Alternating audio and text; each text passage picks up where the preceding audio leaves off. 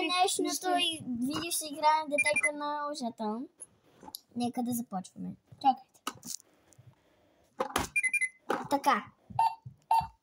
Целта е ето това. Да.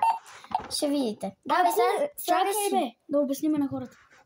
Зеленото означава, че отговаряме правилен отговор.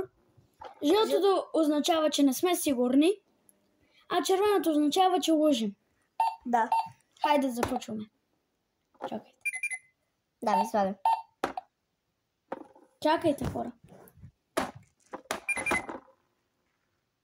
Чакай.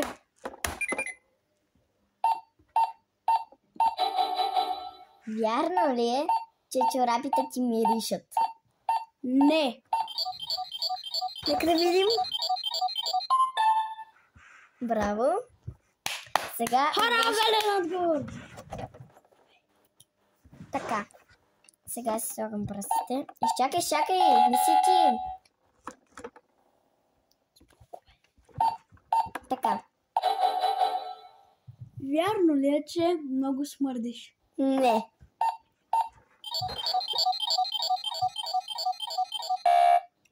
Смърдиш! Хора, много смърдите.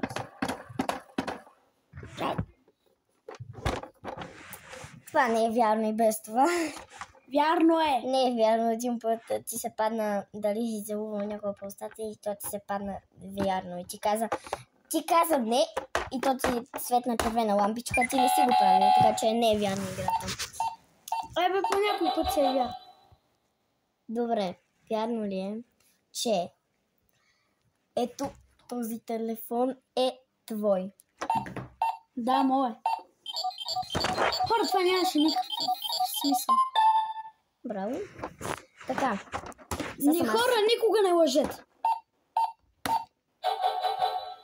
Вярно ли е, че имаш гадже? Да.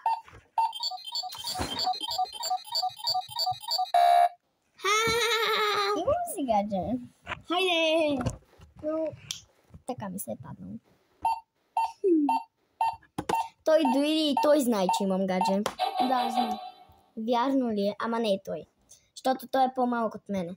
Вярно ли е, че се обличаш само с мръсни дрехи? Не.